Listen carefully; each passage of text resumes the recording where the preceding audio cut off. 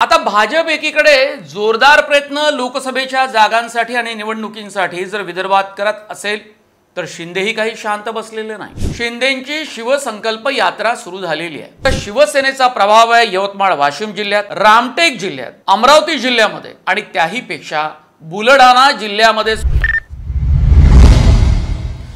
आता भाजप एकीकडे जोरदार प्रयत्न लोकसभेच्या जागांसाठी आणि निवडणुकींसाठी जर विदर्भात करत असेल तर शिंदेही काही शांत बसलेले नाही। एकनाथ शिंदे यांनी शिवसंकल्प यात्रा सुरू केली ती मुळात यासाठी की शिवसेनेचा कॅडर प्रभावी ऍक्टिव्ह करण्यासाठी आणि शिवसेनेचा जो मतदार आहे तो जिवंत करण्यासाठी आणि त्याला ऍक्टिव्हेट करण्यासाठी आणि तो आपल्याकडे ओढण्यासाठी शिंदेंची शिवसंकल्प यात्रा सुरू झालेली आहे।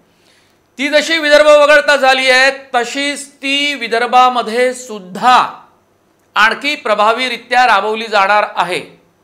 आपण पाहिलं की यवतमाळमध्ये एकनाथ शिंदे यांनी सभा घेतली, ती भलेही सरकारची सभा असेल तरी सुद्धा वैयक्तिक पक्षासाठीच्या सभा त्यांच्या विदर्भात सुरू होतील, त्या यासाठी की विदर्भामध्ये शिवसेनेचा मतदार हा मोठ्या प्रमाणात आहे, खास करून काही ग्रामीण भागामध्ये।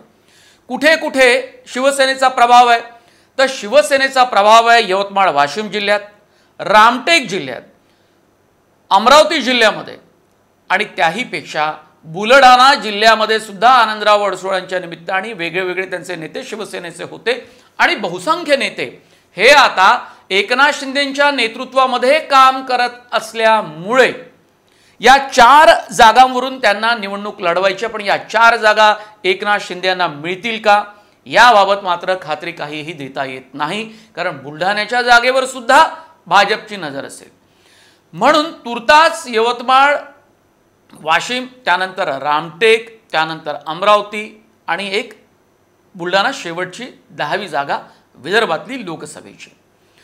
आता एकनाथ शिंदेंना हे गोष्ट लक्षात आलेली आहे की अमरावतीच्या जागेवर भाजपची नजर आहे, बुलढाण्याच्या जागेवर भाजपची नजर आहे, रामटेक बद्दल फार कोणी काही बोलत नाही, यवतमाळ बद्दल फार कोणी काही बोलत नाही, त्यामुळे त्याचे संकेत आधीच एकनाथ शिंदे यांनी दिलेले आहे। पण आता वेगवेगळ्या गोष्टीतून काही वाद निर्माण होतात आणि महायुतीमधले नेते हे सजग होतात, त्या दृष्टिकोनातून ते आपापली तयारी करतात।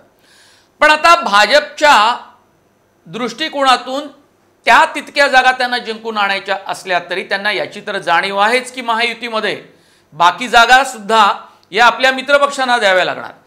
आता एकनाथ शिंदे आणि त्यांचे 16 आमदार पात्र ठरल्यानंतर सरकारला कुठलाही धोका नसल्यामुळे एकनाथ शिंदे यांचा प्रभाव जो होता तो काही प्रमाणात कमी होताना आपल्याला पाहायला मिळत असेल आणि अजितदादा हे महायुतीत सहभागी झाल्यानंतर तरी शिंदेंच्या गटामध्ये अस्वस्थता होती ती आता कमी झालेली आहे।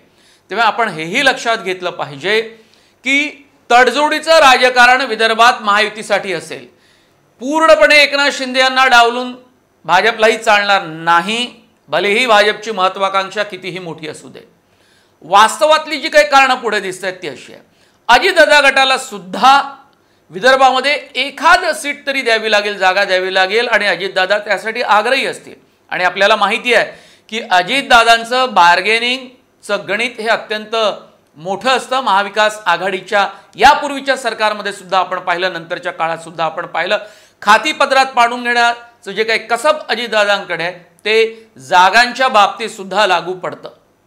आणि त्यामुळे चंद्रशेखर बावनकुळे सातत्यानं म्हणतायत की आमचे नेते हे महायुतीतल्या इतर नेत्यांशी बातचीत करतील आणि लवकरच जागा वाटपावर निर्णय होईल। जागा वाटपावर निर्णय होण्यासाठी म्हणून बैठकांचं आयोजन केलं जाईल आणि जे काही वाद आहे ते माध्यमातले वाद आहे, लोकांमधले वाद आहेत, ते खरे नाही अशा पद्धतीनं उत्तर देऊन ते या वादावर पडदा टाकण्याचा प्रयत्न करतात।